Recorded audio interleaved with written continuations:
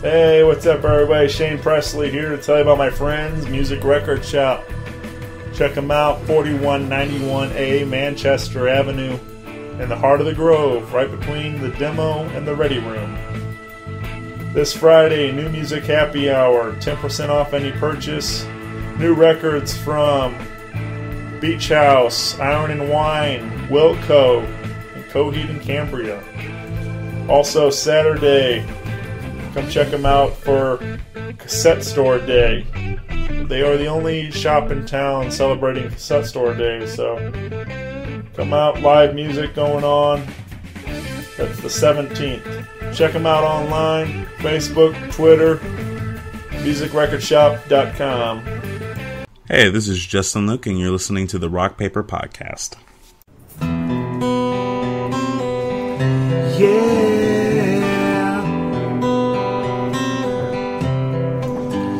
this is Rock Paper Podcast with Shane and his guests.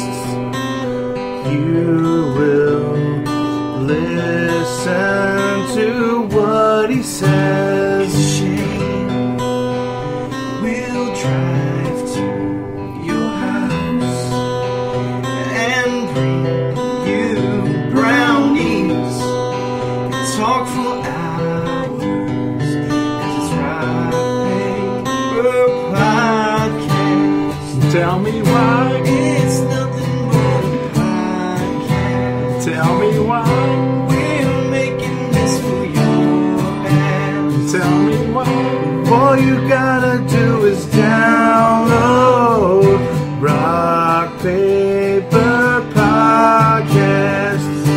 Rock Paper Podcast. Hey, what's going on, everybody? Shane Presley here, Rock Paper Podcast.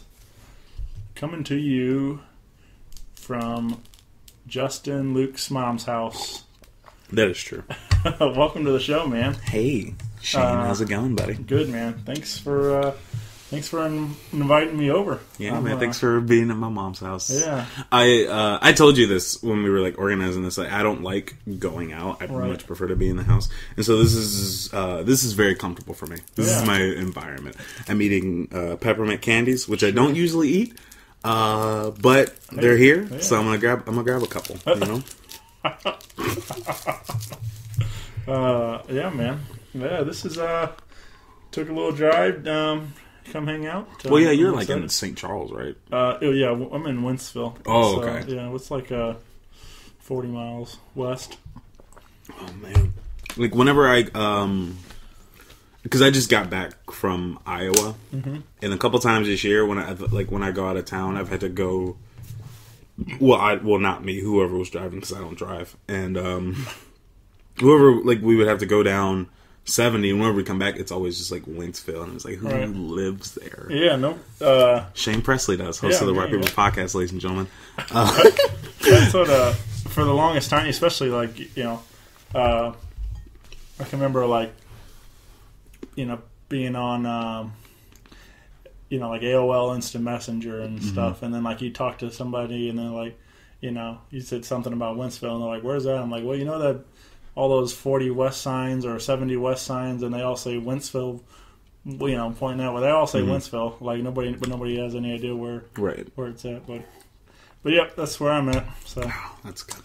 Yeah, way out there. That sounds fun. I mean, born and raised there. I love it out there. It's all I know, really. It's home for me. So I like the city. Because I grew up in this. I grew up here in this. This is the house I grew up in, of course. And this part of the city, most people aren't too fond of. Me in particular, one of those people. Not the biggest fan of it. But it's home, sure. And I like the city in general because it's just whenever I'm out in the county, it just feels like there's nothing to do, and I hate it. And also just people are racist out there.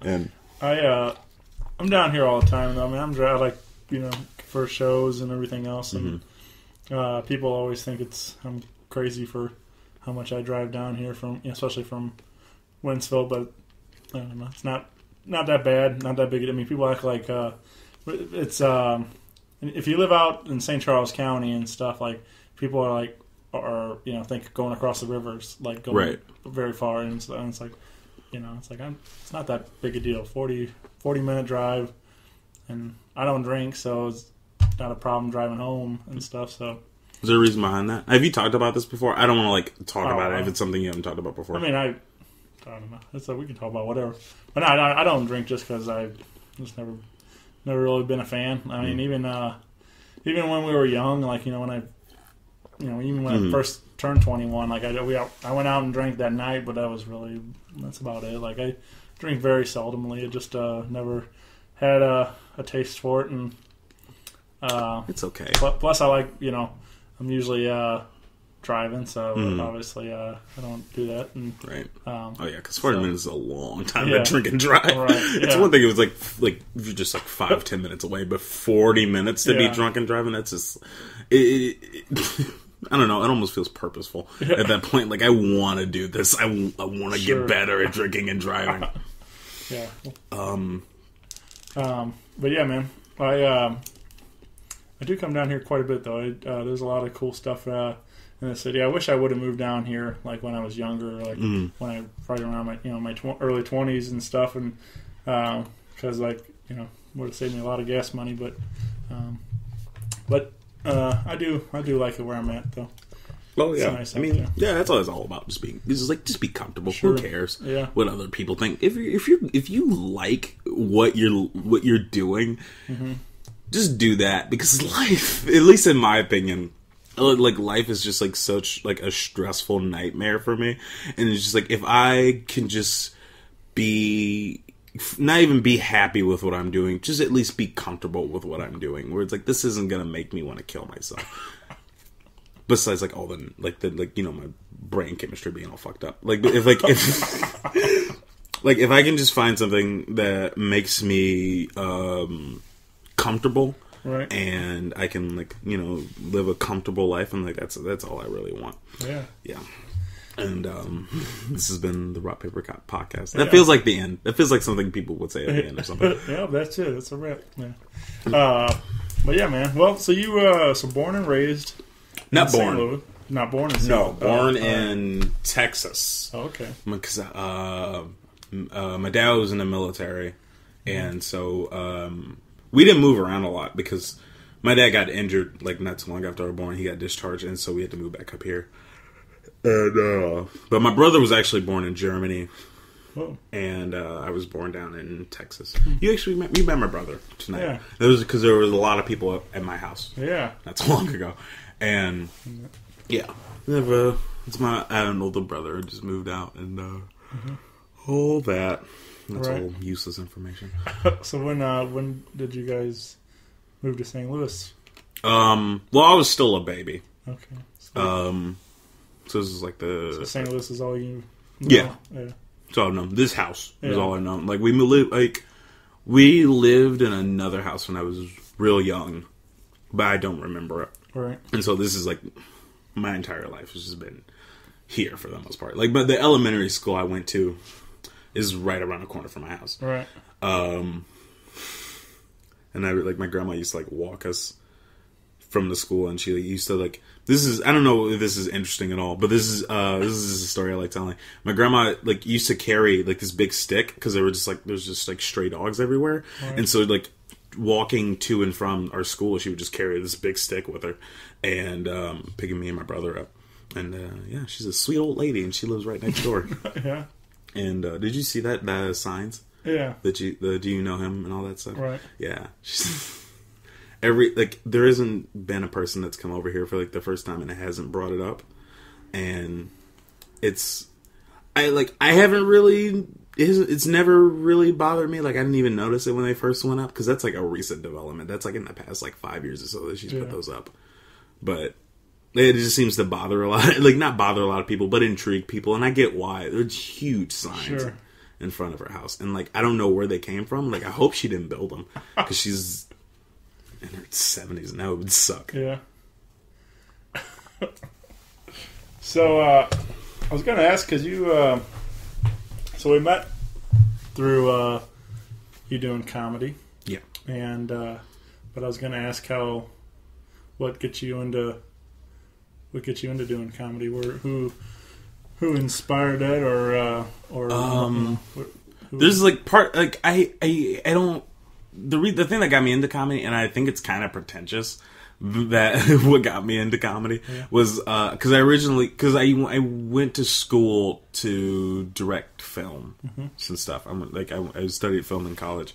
I didn't finish, and I wrote this short film about stand-up comedy because I was just I think at the time I was just kind of I was interested in it and not necessarily just like how it worked. Not interested enough to go out and try stand-up comedy, but just how does it work? What are these people's lives like? Sure. Well, I'm doing comedy, and so I wrote this script, and it's terrible, and it's the worst. It's all a friend of mine who actually did finish school for film and directing, because we were gonna originally shoot it together and all that, and then we talked about it recently and it was just when I first wrote it, we both thought it was great. And, just looking back, it's garbage. And not, the way I look at things that I write and just, oh, that's terrible. Just, oh, this is just a really bad script. I didn't know what I was doing. Yeah. But, yeah, I did that. And then I wanted to, I went down to the Funny Bone. And I'm not sure why I went down to the Funny Bone, but I just, I guess I wanted to go see an open mic or whatever. And,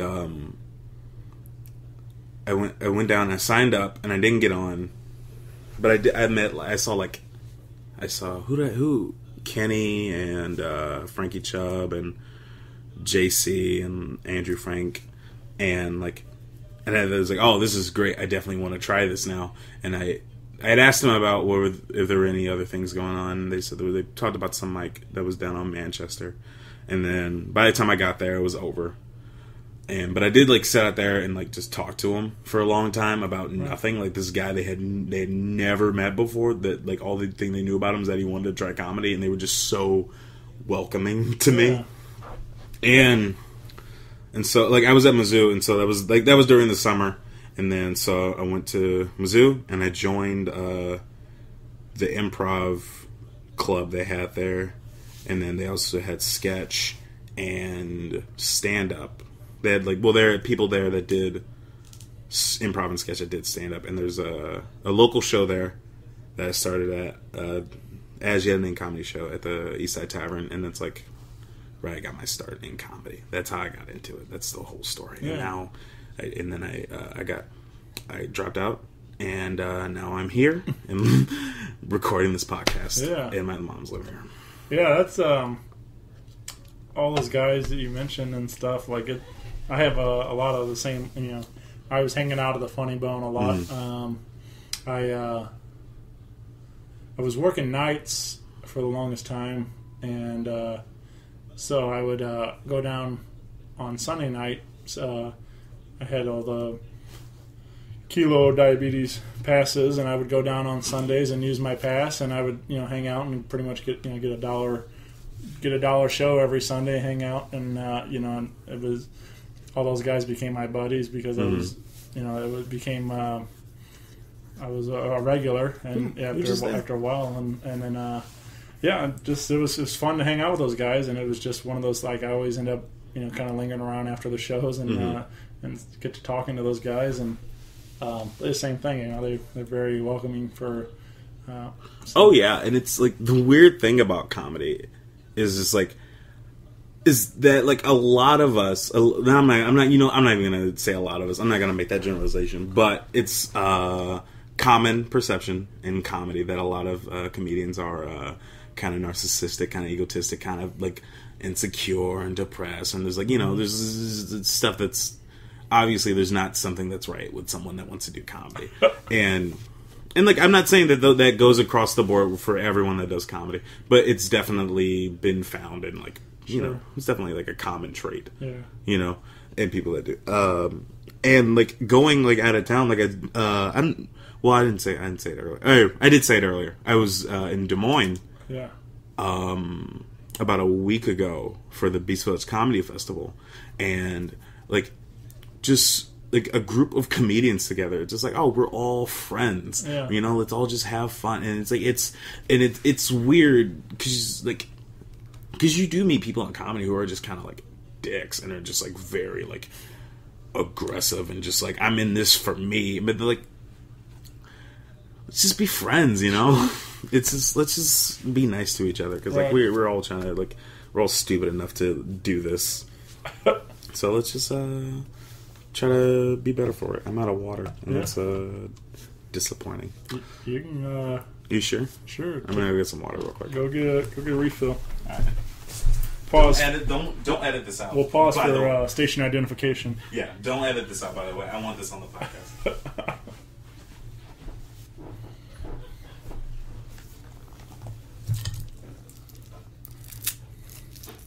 I'm gonna help myself to a mint.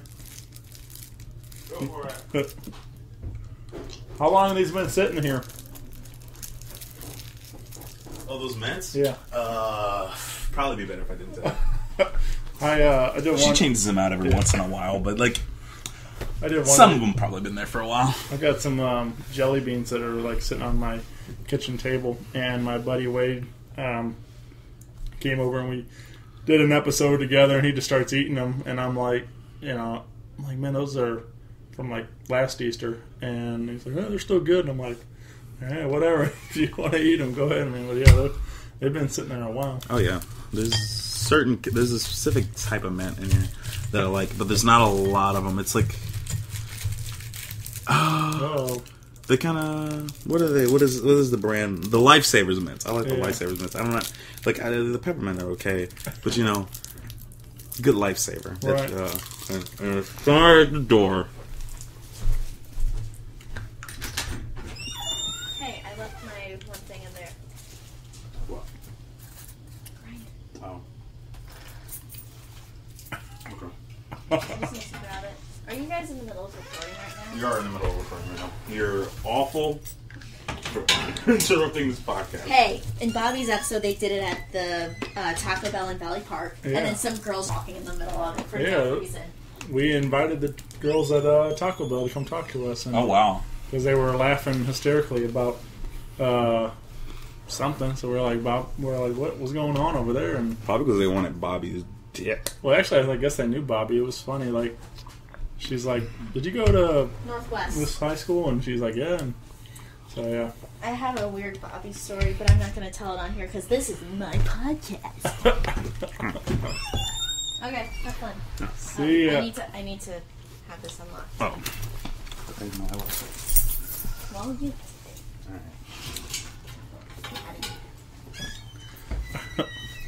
Okay, yeah. Special. No, but yeah, I like the Lifesaver mints better than the other ones. Special guest appearance by Ella. Oh. But yeah, man.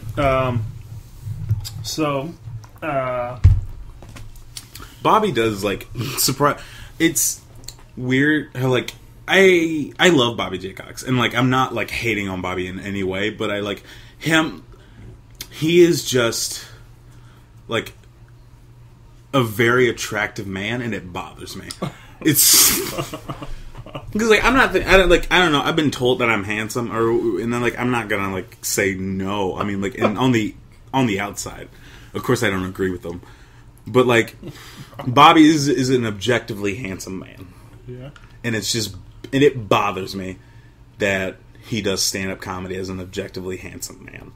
Because like there's like the stigma is that it's supposed to be like all these people that were rejected and stuff, but like you're just like he's like the quarterback of his football team, and it's like I don't know. That's the only thing I know about the quarterback of the football team, and like you're do something else, anything else. Why you're a firefighter? You're a handsome firefighter. Why are you doing stand up comedy? I like don't have the same dream as me. Right. I think that's the same for some of those guys like Jeselnik and stuff too. I think I think kind of the same thing going for him, and but yeah, I'm love Bobby J. Cox. Yeah. I'm just putting that on the record. Yeah, great guy, love him. He needs to quit stand up comedy because he's too damn handsome.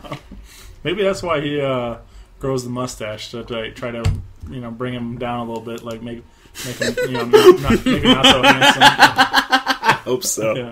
I hope that's why he grows up that mustache. Yeah. And like every time I see him, sorry, I don't know why I opened Instagram up on my phone. Every time I see him with a mustache, I'm just like, why do you? It's like, why? And he just was like, because I want to. And it's like, okay, that's fine. But it's not a good look for him, and he knows that. I feel like he grows that mustache just so he can do a joke about not looking good in that mustache. Yeah. But I think it makes you. I mean, I don't know what the exact percentage is, but I think it probably makes you about at least like 25% funnier though, having a mustache. Like maybe there's got to be some math to it, because I laugh. I mean, there's stuff like where he does, and then just having that mustache makes me laugh. So. Oh yeah, the only time I laugh at that potato joke is when he has that mustache. Inside baseball, for people that do not know anything about stand-up comedy in St. Louis, and definitely do not know Bobby J. Cox. Yeah, maybe they do. I don't know. I'm not going to judge your listeners and what their who they know and what they do in their free time. Maybe they do go to a comedy show. Maybe they'd like to go to a picnic time at Art Bar, October 23rd. Maybe on I already said the day, and I fucked up. I'm gonna do that again. Maybe they like to go to. Maybe they do. Know Bobby J. Cox. Maybe they like going to comedy shows. Maybe they will go to picnic time at Art Bar, October 23rd at 9:30. Yeah. Are we doing it at 9:30 this time? So the event says. You're right. You're absolutely right. Doors at 9:30, shows at 10. Yeah, we're moving the show now because Cherokee Street is not popping at 10 o'clock or 9 o'clock. Yeah, we've had like varied success because like we've been doing this show since, at least in that room, since April. Right. And like the first time it was packed, it was great. Second time it was like a little bit less. And then June sucked. July sucked. August, great. September, okay. And now we're just kind of like, it varies a lot. And it's just like, the more you do a show, like, it'll come to it. I'm just rambling at this point. In the back, I know what I'm talking about in the back of my head, but in the front, I'm just like distracted. Well, it's difficult with any show, I think, because there's especially in this town and even Cherokee Street alone, like there's so many great shows up and down. The street, and so that's the worst part, right? About is sitting outside and like watching people go do things that are probably more fun. I mean, maybe not. Maybe the show is I like the show. I like what I'm doing with the show, but like, I don't know, man. Yeah, you got a good lineup joining you the 23rd. I'm sorry. I love that you're reading the paper. Yeah. Well, hey, man, I prepared. I'm a professional here. Oh, yeah, for sure. This is taking us very seriously. Mm-hmm. This is a podcast with Justin Luke. I don't want to mess it up. I don't know if you heard, but I'm ruin your plug. I'm going to Hollywood soon. Yeah. Well, you got Ian Douglas Terry. That's true. From Denver, Colorado. Yeah, I'm excited because I haven't seen him in a while. I met him with you at that Sean Patton show. That's true. And he was at that show. Yeah. Very nice fellow. I love Ian. He's a great guy. Yeah, he was. Well, I'm so terrible. Just like I'm gonna do that with every person. But yeah, he's a very funny, great guy. Right. Love him. Can't get enough of him. That was. But no, I like Ian. No, yeah, I'm excited. No, yeah, we got who is it? Ian Douglas Terry, and I'm actually gonna look at this. Some guy named Stryker. Oh yeah, hate that dude. Right. Yeah, Ian Douglas Terry, Matt Monroe, and Zach Reinert from Denver, and then we got. I gotta go back to the paper. Sarah Bursich, Stryker Spurlock, and Ben Johnson. Okay, I promoted my show. Yeah, there it is. Now I feel gross. I do like. I hate promoting myself. It's the worst part of doing comedy. Is just like for like festivals I've submitted to, like they ask you to write a bio, and like it's so difficult to like make yourself seem appealing in a paragraph, because like when I think about myself, like I don't like the first thing that doesn't come to mind is just like, oh, these are all the like the great things about Justin Luke, and so like just having to write a bio and just like, hey, I do this and do this and do this and I've done this and this is what you can expect to see. It's just, it's not fun, and I have to write in the third person, which is weird, just weird to do. And I hate promoting it. Like I wish I just didn't like. Like I'm excited to be on the podcast, but I just like in the back of my head, there's like the stigma of just like, I hope this brings people to the show, and I wish I didn't have that, and I wish it'd just be like, I'm just doing this podcast and I'm just talking to you. Right. We can do that. Yeah, we can just talk. Yeah, no more comedy. We're done with it. I'm quitting. This is my announcement. Quitting stand-up comedy. Right. And then everyone in St. Louis cheers. The best the best intro I've ever gotten, my favorite intro I've ever gotten, was at an open mic, and Ben Johnson was hosting, and he brought me up as the worst comedian in St. Louis, and I laughed so hard. Yeah. Because like I said, I don't think very highly of myself. But I didn't know what it was about what he had. Maybe it was just the way he said it or something, but it just made me laugh so hard when he called me the worst comic in St. Louis. Ben is a funny guy. Oh, Ben is amazing. Yeah. I hate Ben too. I love Ben, but I also just hate him. Quit, please. Do something else with your life. And it's not because he's attractive, because that is one thing he is not. He's not. That's not true. He's okay. And he's just, you know, you look at somebody and it's like, damn it, you're too damn good. Right. Who wrote these jokes for you? Who did it? Huh? Yeah, I had been on the show. I invited him, and he goes, "How about I do the show with Max?" And I was like, "Hey, great!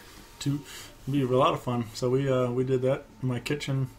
I think I listened to that one. Yeah, it was a while back. It was a good time though. I wish I listened to more podcasts, man. Well, I got a couple out there for you to listen to if you want. Ooh.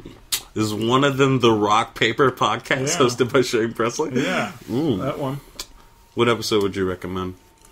What is your I think it might be the one we talked about before we started recording, but if that one is the answer to the question, then pick a different one. But what is your personal favorite episode of this podcast? I don't remember which one we talked about. It was, I don't know, it was like 2 hours or something. I don't know. Oh, well, yeah, that one was fun. That was Gabe, Pat, and Corey. But I don't know, they're all very different, which is fun. Mm-hmm. Like, they're, you know, some with comedians, some with musicians, some with bands. Mm-hmm. Sometimes they play live, sometimes we do tracks. So they all have very different feelings, which is always exciting for me, keeping it fresh. But I love the ones where we play live. I like singer-songwriters a lot. Mm-hmm. So it's always a lot of fun for me to sit back and watch them play and sing a song, and then get to talk about, you know, where that song came from and stuff like that. So, that's cool. Yeah. What kind of music you get into? Mostly rap. Because I not grew up on it. Because my mom wouldn't let me listen to it because it was because you know, she was just protecting me from because I mean, if listening to it now, it's just like, oh yeah, I wouldn't want my kids to listen to this if I had kids, because at least some of it, because it's just But my dad had used to play Tupac and Biggie and Dre and all that stuff for me when I was a little kid, and I don't know if he knew that my mom didn't let me listen to that, or if he was just like, I don't care. But that's how I got my first exposure into hip hop, and then as I got older, I kind of found it on my own. I would just kind of sneak and listen to it because I wasn't allowed to listen to anything with swearing in it, and I mean eventually that rule just kind of got thrown out the window as I got older, and so I just so when I was in my first real exposure to hip hop, like the song that made me like 2007 was like a really good year because it was just it was like my huge exposure into it, and like because Kanye West had put out "Can't Tell Me Nothing," and I remember like watching the video for that on MTV and just being blown away at that song, and also with Zach Galifianakis. Oh yeah, I didn't. Oh yeah, that's one of the videos. I forgot he did. I forgot he did that video too. Did you see that one? Yeah, that's great. I love it. And what was the other song that came out that year that was huge? Maybe it didn't come out that year, but it was International Players Anthem by UGK and Outkast. Yeah, and like that. And there's one more song, "Kick Push" by Lupe Fiasco. That also got me like big into rap, and so like it kind of just started from there.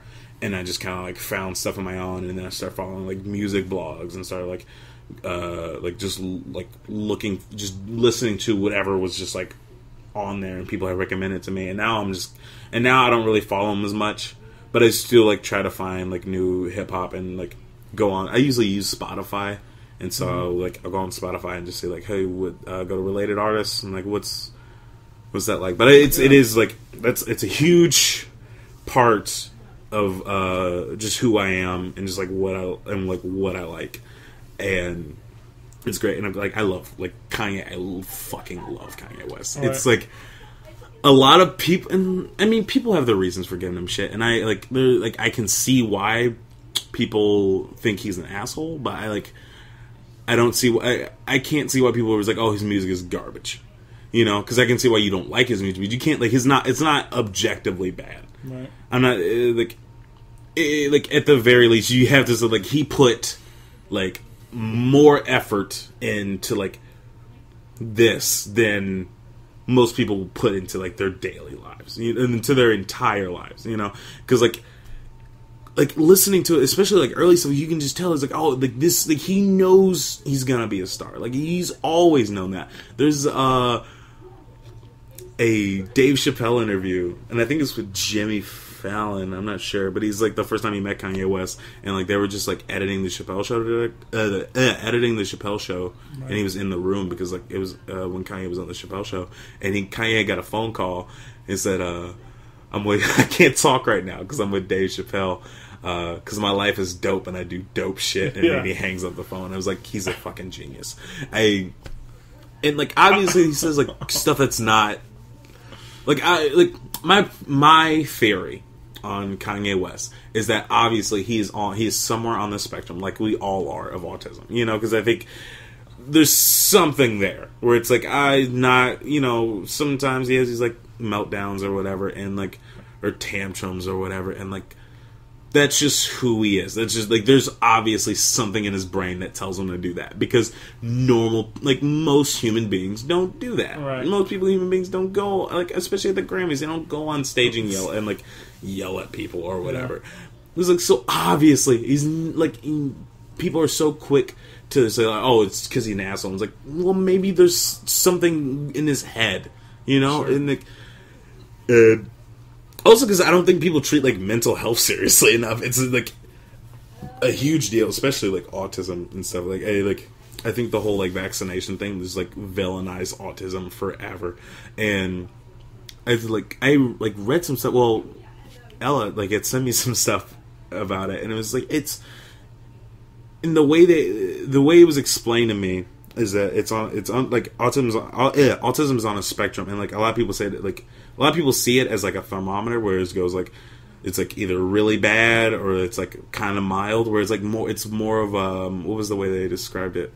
It was like an ice cream buffet or something like that, where you can choose, where like you can't choose, but you have like there's different toppings and stuff, you know, where like you might not be good at talking to people, but you're really good at math, you know, and there's stuff like that, and it really just kind of like opened my eyes to like, oh, it's not like autism's not bad, but we hear that word and we kind of just go like, oh no, right. But it's not that bad, because you just need to play to those strengths, you know, and you like. And just figure out this, like, because you can, people with mental disorders, you can still just go and have like a normal, healthy life, you know. But you just need to know, like know your strengths and play to those strengths, right. You know. Sure. And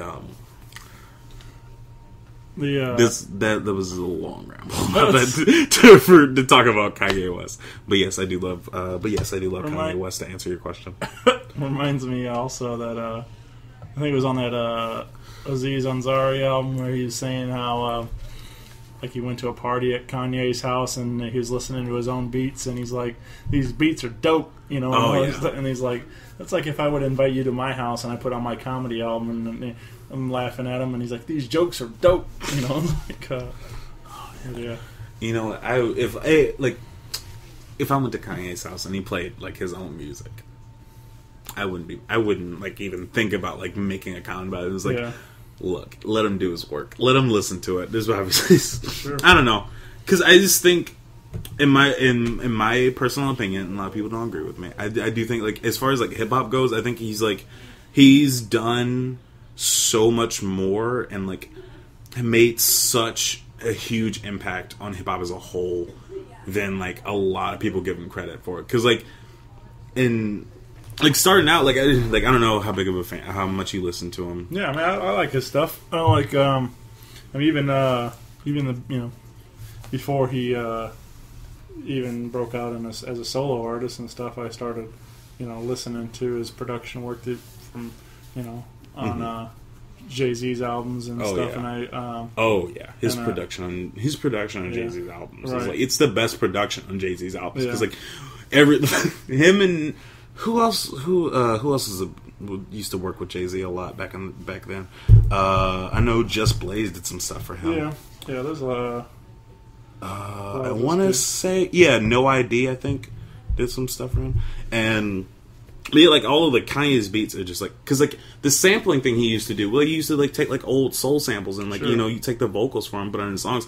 That wasn't like a thing, you know, before Kanye. Like people didn't like do, like some people did, but really just kind of was like, what the hell is this? Get that out of here. And like he got popular with that, and then people started doing, like, it feels like with it, like there's a trend you notice where like it seems like with every single Kanye album, there's like it's something different, you know. It's not the same thing, and like it feels like with like every like previous album, like he had like now, like right now, like people are copying what Kanye did years ago, you know, what he like back like 5 years ago. They're like, oh, we need to like, you know, we're doing this, and he was like, well, he's already on something else, you know, and it's. But that's a trend, though. You know, if something gets popular, people like to copy it, and I think, like right now, we're not going to appreciate them. You know, I don't think like the general public, or as I like to call it, because I'm a militant African American man, white America. I don't think like they won't like they probably won't accept them right now, but like in like, you know, 10, 20, 30 years or whatever. Sure. Like I think.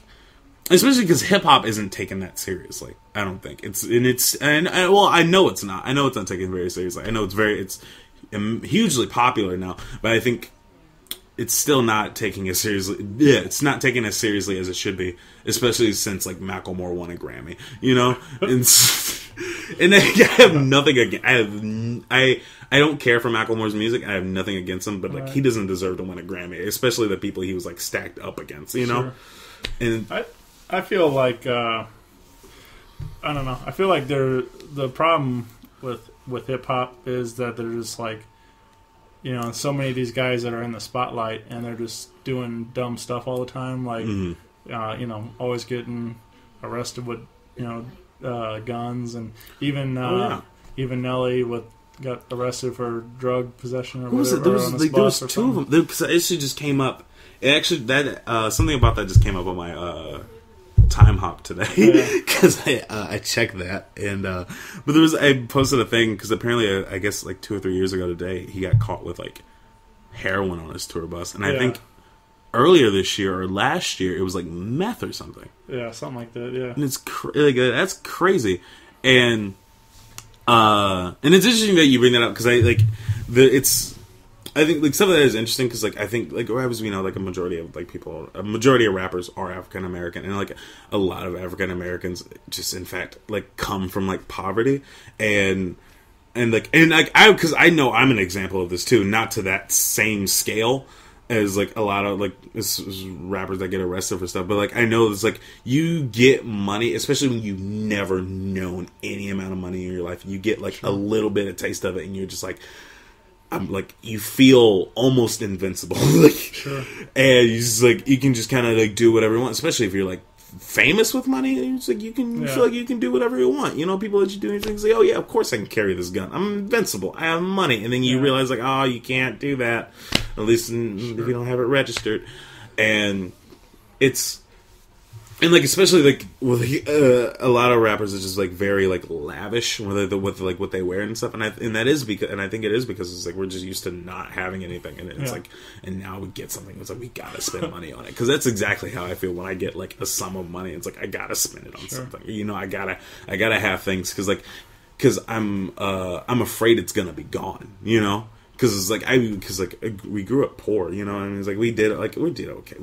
We did okay, but we're still like for the most part poor, and it's like just this fear of just like, oh, this money's gonna be gone, you know. Any day now, money's gonna be gone. It's gotta go into something, you know. And so you just you spend it on crazy shit, especially shit that you couldn't afford when you didn't have money, you know. You saying all that for whatever reason, my brain went to. You ever watch that movie, I'm Gonna Get You, Sucker? Yes! Yeah. Oh my god, with his brother with all the gold chains. That is... it's such a good movie. When he OG'd. Yeah. And then, what was the guy also with like the platform shoes with the fish tanks in them? Yes! And he had like goldfish in his shoes and stuff. Oh my god, that's such a good movie. Yeah. I went through a phase a while ago where I would just like... I think it was around the time when I watched I'm Gonna Get You, Sucker for the first time, and I just got really into blaxploitation movies, and especially like parodies of them. And have you ever seen Black Dynamite? It's from like 2009, and it's a parody of blaxploitation films, and it is probably it's one of the funniest films I've ever seen. There's a great scene in there. It's a fight scene. These two guys are fighting. This guy fights him. He hits him, and they're fighting, and he hits him a little too hard. He's like, "Motherfucker!" And then they edit it, and he's like, and there's just a cut of him fighting another guy, and it's one of the best jokes I've ever seen in that movie. Oh, it's so but like, I love blaxploitation films. They just subbed out another guy that. Oh yeah, in the movie. Yeah, it's an obviously like different looking guy. It was just with the same. Oh, so good. I was talking the other night, like you watch that movie Hot Rod? Yeah, yeah. Where's that part where Andy's character is like running through the woods, like that whole like montage scene. And he's like doing flips and stuff, and it's like an obvious like stunt double, you know. Like yes, I love dumb shit. Right, like that. It's just that stuff kills me though. Just like editing jokes are so good. Yeah. There's who was the comedian? Oh, I think it's Bo Burnham on his special. His joke is like, "Oh, I hate editors. Like editors are so," and then it cuts out, and it's just like. Because I think it's something that hasn't really been utilized until the past few years, and like jokes and editing. Yeah. And like, it's one of my favorite parts of like just watching like movies with that kind of stuff. It's just like just subtle jokes like that, because it's just like it's fucking with like it's not just like having a joke like written in the movie. It's just like, this is something we did in post. You know, the movie's already done. This is just something we decided. This is how we're cutting this. You know, and it's just like. It's really good. It's really fun. I'm also just rambling again. And oh man, it like again, and like I said, I want to just like do this and just talk. And then this thought was like, oh, what if I'm not like promoting myself well enough? Like what if I'm promoting myself too much? And then there's also like, what if I say something stupid and this is gonna be on the internet? Yeah. Don't worry, I've only got like tens of listeners, so. Oh, okay. Tens. That's probably not my mom. I hope she doesn't listen to this. Not because there's not anything I'm saying that's because I mean she is in the other room, so there's nothing I'm gonna say that's like I don't want her to hear later, except maybe the cursing, but who cares? Because I'm very terrified of her. Still to this day. I went to go see Christopher Titus last night. How was that? Yeah. Oh, it was great. It was a lot of fun. He was at Sheldon, which was interesting because I've never been to a comedy. I've only been to one other time, but they don't do a ton of comedy there, so it was kind of. But it was a great room for it. It was a lot of fun, and he's working on a new special.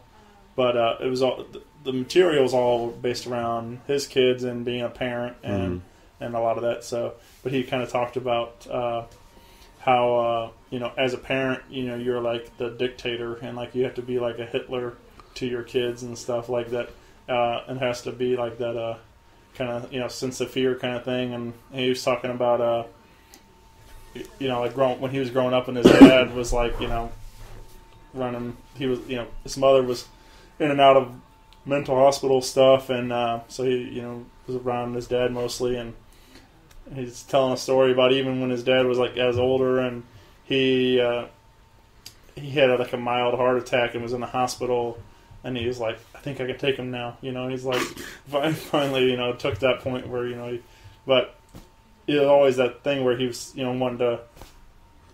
He had that competition with his dad, and it was always that thing. But so, just like you said, being afraid of your mom, like I'm sure even now she still runs the show. Oh yeah, for sure. Yeah. It doesn't matter how old you get. I think I could take my dad. Yeah. Probably. I'm not like he does own a gun, but he's got real bad legs. So if I had to fight my dad, like now would be the perfect time. Because like he's and this is bad that I'm even talking about this, but I talked to him a while ago. I need to call my dad more. That's a weird thing to say. I'm sorry, but I was talking to him recently, and he was telling me because like he had to get surgery on his knee because the reason why he got discharged from the military was because he was jumping out of those like transport trucks where they like have all the troops sit in, and he jumped out of one wrong and he fucked up his knee, and so they had to so they sent him home, and he's missing like they like tried to fix his knee, but apparently he's like just like missing he was just like missing a part of his knee that they didn't fix, and so he had to go get surgery a few years ago, and like his legs are just real bad. And like it's been on and off and gotten better, but like when I think about it, it's like I could probably like take him now. He has to walk with a cane sometimes. It's over because because if anyone was gonna if anyone would beat me up and beat my dad, and and now it's just kind of like it's like it's over, man. It's my time now. Right. You're done, old man. You hear that? You're done.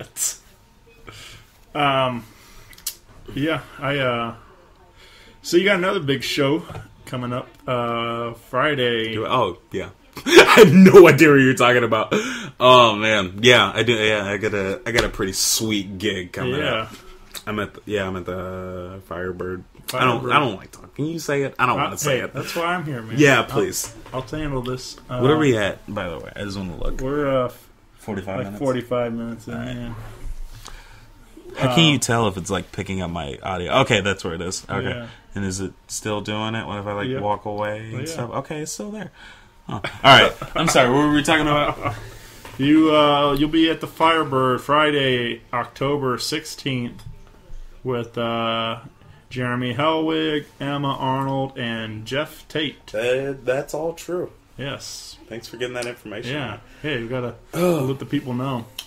Man. I hope. Yeah. Let's hope so. I guess I don't know. Jeff's a funny guy, man. I love Jeff. I love that. I can't stop. I just can't stop saying that I love every comedian that you mentioned. You're a very loving person. I try to be. I really do. I try so hard to be just like a positive person and like make sure nobody hates me.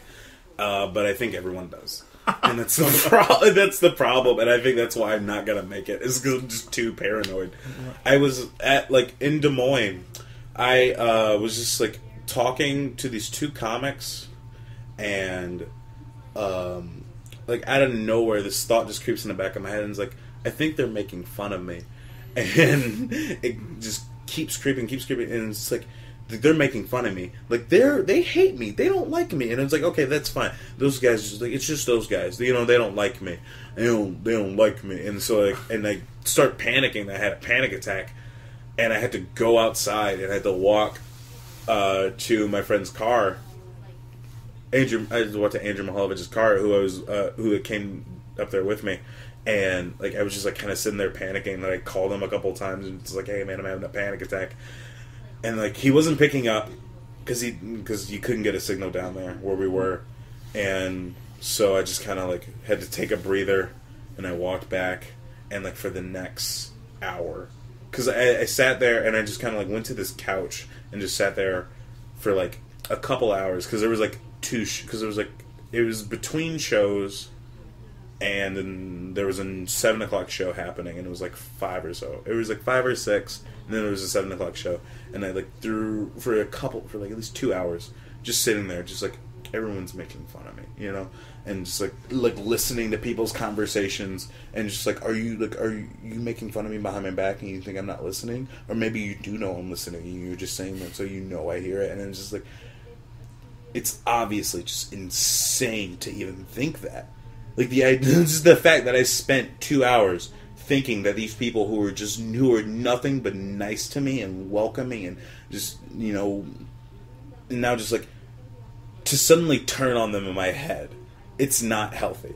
And it's, and, like, and then honestly, I think that's why I'm not gonna make it, because I'm, like, I am afraid, like, of one day I'm just gonna be with my friends and just, like, kind of just, like, lose my shit.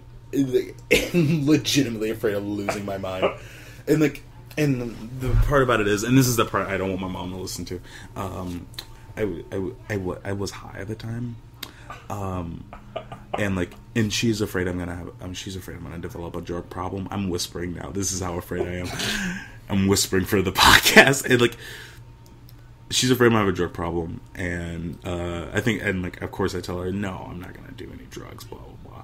But, like, when I, like, I mean, because right now all I do is just smoke pot, and, like, I like how I feel when I smoke pot, which is not good. You're not supposed to, like yourself more when you're on drugs and you're sober, and, like, and I have a family history of, like, drugs and alcohol and stuff, and so it's just like, like, part of me is where I'm gonna have this dependency, and eventually it's gonna make me lose my, and, like, also, like, with this, like, panic in my head and stuff, and just, like, I'm afraid, like, one day I'm just gonna lose my mind, and then I'm gonna, like, go disappear, and no one's gonna hear from me again. Yeah. But yeah, I'm at the Firebird this Friday with Geoff Tate. If you want to come see me, talk about it. Oh, that's not true. I'm not brave enough to talk about that. I wish I was. Right. There are a lot of things I wish I could. I would talk about stage, but now I'm just going to talk about, like, my dick. That's not true, but just whatever garbage that comes out of my mouth that I'm tired of already. I mean, that's what I was saying about Christopher Titus is, like, the guy is super honest on stage, tells everything, you know, and, like, he's very open. I mean, I don't know, it could be all made up stuff. I don't really know him personally, but he tells a lot about his life, and you know, between his kids, his wife, and his divorce, and you know, he was saying that when he was going through his divorce with his ex, that they were, you know, brought him into court saying that he was beating his kids and his wife and all this stuff. You know, he's telling this whole story that, you know, he proved it all to be not true and all this stuff. But it's like, but, you know, like I was saying, you know, not even just to bring it up on stage, you know, it's like, but nothing's off limits for him. So, and I think that's kind of the beauty of stand-up, is the fact that, like, if you can kind of break down that wall to where you can just open up and somehow make everything funny in your life, even the darkest stuff, like, you know, I think that's, I mean, I think people appreciate the honesty, you know, instead of, oh yeah. But I'm afraid of being too honest. I'm afraid of, like, opening, like, even just talking about, like, that, it's like, there's, like, right now, I'm just thinking, like, oh, it's like, I hope that's not, like, too crazy for some people. People will just, and, like, for the most part, it's like, people were like, oh, this guy's okay, and then I just open up about that, and it's like, oh, he's on a thread. We should keep an eye on him. Because because I mean, I'm a functional human being. I can exist. You know, I can get up in the morning and go do what I need to do, right, or whatever. But like, I still have like, I don't know. Maybe it's not as bad anymore. But there was definitely a point where like, if you talk to people, or like if you even like I'm in therapy, and like there was a point if you even mention that you're in therapy, people are just like, what's wrong with him, you know? And sure. he's like, blah, blah, blah. But it's like, no, it's just like, I know I have problems, and I know like I can't like fix them, but I need to at least address them and like figure out a way to, you know, get to that point where to avoid getting to that point where I do eventually like lose my mind and like, you know, turn on all my friends and stuff because I think they hate me. And what I'm saying is that everyone should go to therapy. Sure. Therapy should be a lot cheaper. Yeah. That's my message I'm bringing to the folks. Yeah, I mean, I don't. I think that, I mean, for me, I think this podcast is therapeutic in a sense. It allows me to talk about whatever, you know. It just gives me just happen to be recording it, and but gives me a platform to just speak my mind about things, and it's I think that's important, just to let it all out. And say things or whatever. Definitely. But yeah, man. Well, this has been fun. Yeah, man. Thanks for having me. It's been fun hanging out, getting to catch up, talk a little bit about you. Yeah. But yeah, so come out and see. I'll take care of this part. Thank you. I do just want to say that please come to Picnic Time. Yeah. It would just mean so much if people like came to the show, because like people not showing up is just like one of the big reasons. Was like, well, maybe I'm not gonna, because how me and Andrew do this show is like we kind of just do this like we have of course we have stand up, but we also try to like do just like weird shit, you know, on the show, like sure. And we haven't really done it in a long time. Like the first show we did was like our most ambitious show yet, and it was almost a year ago. Actually, we're doing an anniversary show for that, even though we stopped doing it for 6 months. It doesn't matter. That's all useless information. But like I do want people to come to the show because I want it to be a good show, and I take a pride and joy in like what it is, and it is my baby, me and Andrew's baby, not just mine. But I just feel so unmotivated to like do anything for the show because we try to do like videos and like fun, crazy, weird bits or whatever. Like the first show we did, and I actually have one. It's not going to help for anyone that's listening. But for the first show, we took diapers and we put our faces on them, and we just wrote Picnic Time on it, and we just threw them at the audience. And so I still have one. I'm gonna go get it just so I can show you, because I just want you to see it. I don't care about the listeners or anything, but I do want you, Shane Presley, to see this diaper that I made myself. I didn't make the diaper. I just didn't like all that. Yeah. Yeah. I made 16 of these, I think, and threw away probably 10. I know me and Andrew both have one.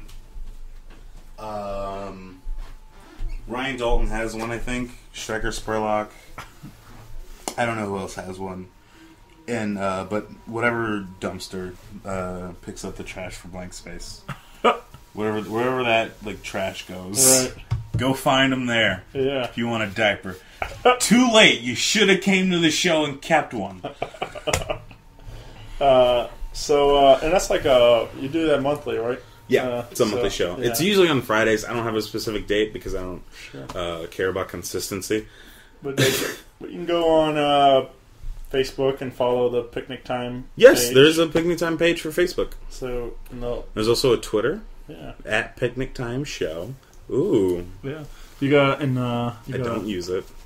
You got a personal Twitter, right? I do have a personal Twitter. It's I'm Justin Luke. Yeah. I am Justin Luke. Oh, I want to shoot myself after saying that. So, No, well, please follow me on Twitter. Please come to Picnic Time. seriously, though. Yeah, seriously, I don't know how I'm gonna keep going.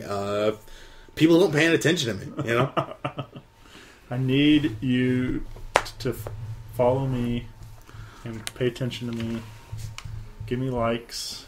Yes, I need it. I got a status. I need to check how many. I posted a status yesterday. They got over 100 likes, Whoa. and it blew my fucking mind.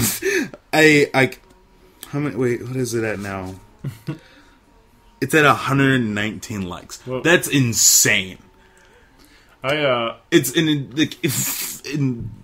it doesn't necessarily make me feel good, but it is just like oh, I guess that is funny. Yeah. Like 119 people agree. Sure. Doing this show, and then, so last year I got married, and anytime I would notice if I posted anything about the wedding or about my puppy, like we got over 100 likes and stuff. But if I post anything about the show, 0. Like, no one cares. one like or whatever. And it's like, People are terrible. yeah, it's like Awful. I can nobody cares about anything original I'm trying to do or anything like that. It's just, but yeah, you post anything about a puppy, like, oh yeah, we like Dogs. yeah, puppy and cat videos. That's what we like. I do love pictures of dogs though, Yeah. and I'm into that. I know it's probably what's killing us as a culture, because it's like we don't care about whatever bullshit people are trying to say. There's no more original movies in Hollywood. There's just Transformers every year. Yeah, whatever. It might be killing us or something, but I do love me a good cat video, dude. Sure. I don't watch them a lot, but I love just looking at cute pictures of dogs and stuff. That's fun. There was a question I wanted to answer. Oh yeah, from the fans. Yeah. Almost forgot about this. I think it's because I'm looking at it right now. It's we had a young boy write in. Spider Warlock. I think that's it. Spider Warlock. He asked me, what are your thoughts as a black man on The Little Mermaid? Mm-hmm. And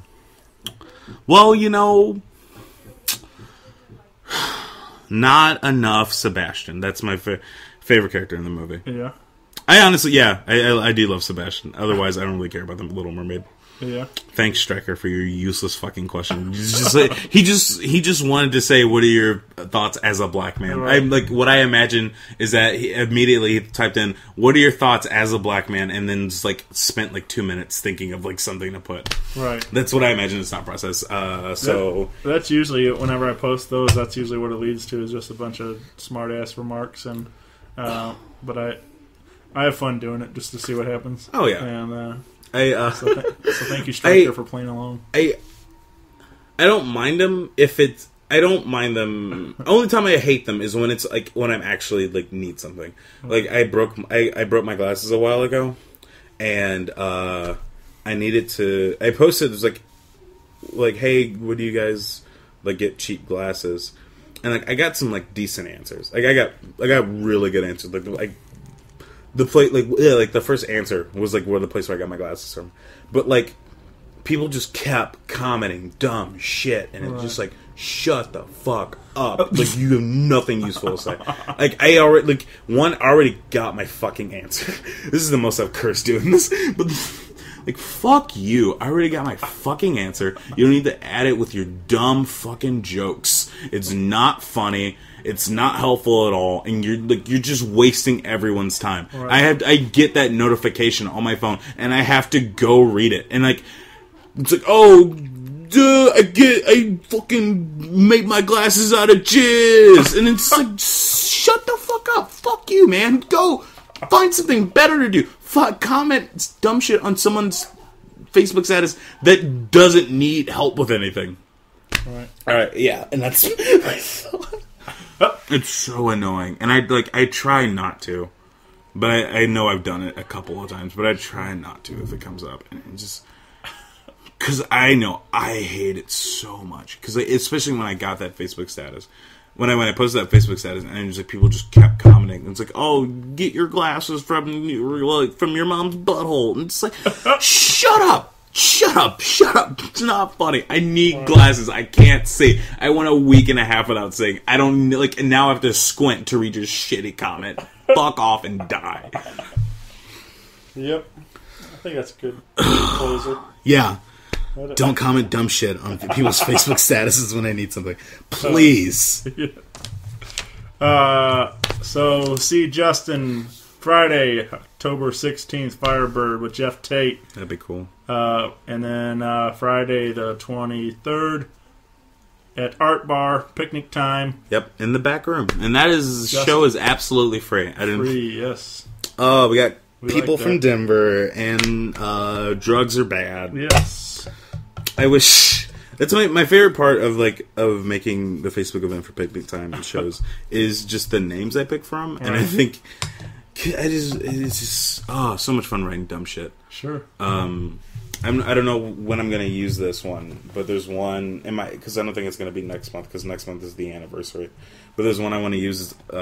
Picnic time admits to selling weapons to Iran, and that is just because I love. Political scandals. I love a good political scandal, especially like shit like that. So just also Ronald Reagan is the devil. That's the real thing I wanted to talk about. I love just really long Facebook event names because they always tell you like keep it short and rememberable. And it's like fuck that shit. I want to be unmarketable, and I don't want anyone to come to my shows, and I don't want anyone to like me. That's not true.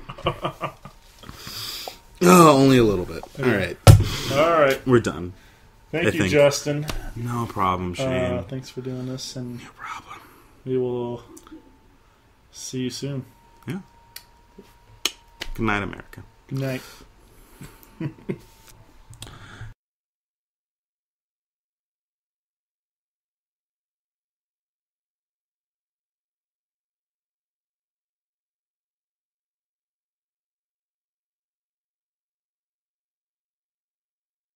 Paper Podcast. Rock Paper Podcast.